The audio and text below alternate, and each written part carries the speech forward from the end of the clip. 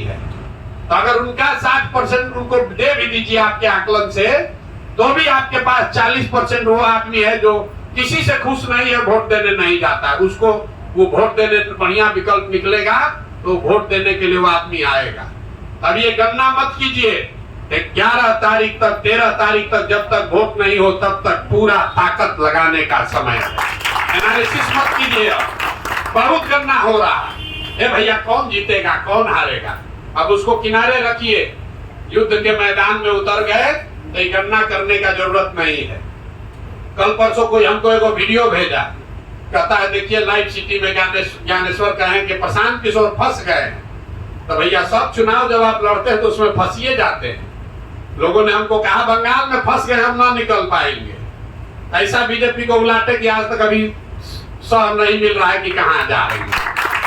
आज घबराइए नहीं, चुनाव 10 दिन में पलटेगा और अभी पलटेगा, आपकी ताकत से पलटेगा। खाली मानसिकता से निकलिए कि अब आप प्रचारक हैं, 2 बरस प्रचारक थे, अब आपको चुनाव लड़ने का वाहक बनना है। जो भी अब लोगों को जाकर उनको झकझोरना है कि अगर अब की हाली दिए वोट, जो आदमी नीतीश कुमार को 5 वर्ष से गरिया रहा है वही सुनील पांडे को वोट देगा, तो गांव में जाकर पूछिए कि नीतीश कुमार तुम रहेगा कि नहीं, इसके लिए वोट दोगे। तब सर्वे में रुपया लगेगा, जमीन जब कटेगा तो फिर रोना मत आके। अभी जब जमीन में सर्वे हो रहा था ना, हम लोग हल्ला मचाए तो रुका, तो कह रहा है भाई भाई में झगड़ा लग रहा है, कुल जमीन चला जाएगा।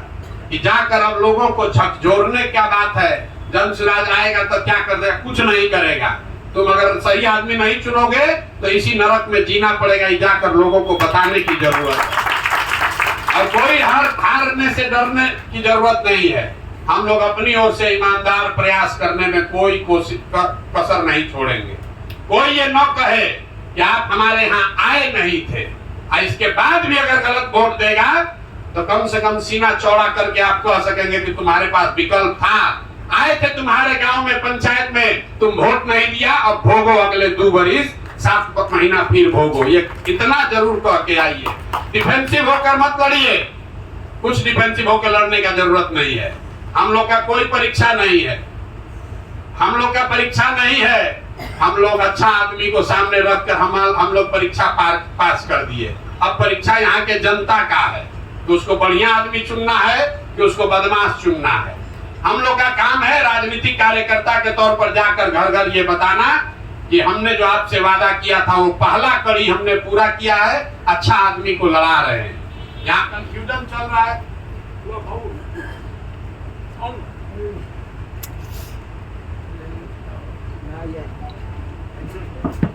हेलो, क्या हुआ? यहाँ कंफ्यूजन चल रहा है जनरल साहब के कैंडिडेचर पर। आज हमने प्रेस में बताया है, हम लोग को कोई झूठ बोलने की जरूरत नहीं है। जनरल साहब यहाँ के करत के निवासी हैं, ये कोई झूठ बात नहीं है। यहाँ तरारी के सबसे माननीय ऐसे बेटा हैं जो यहाँ से बिहार के से एक बहुत बड़े पद पर पहुंचे हैं। हम लोग का ऐसा मानना है कि ये बिहार का गौरव इन्होंने बढ़ाया है।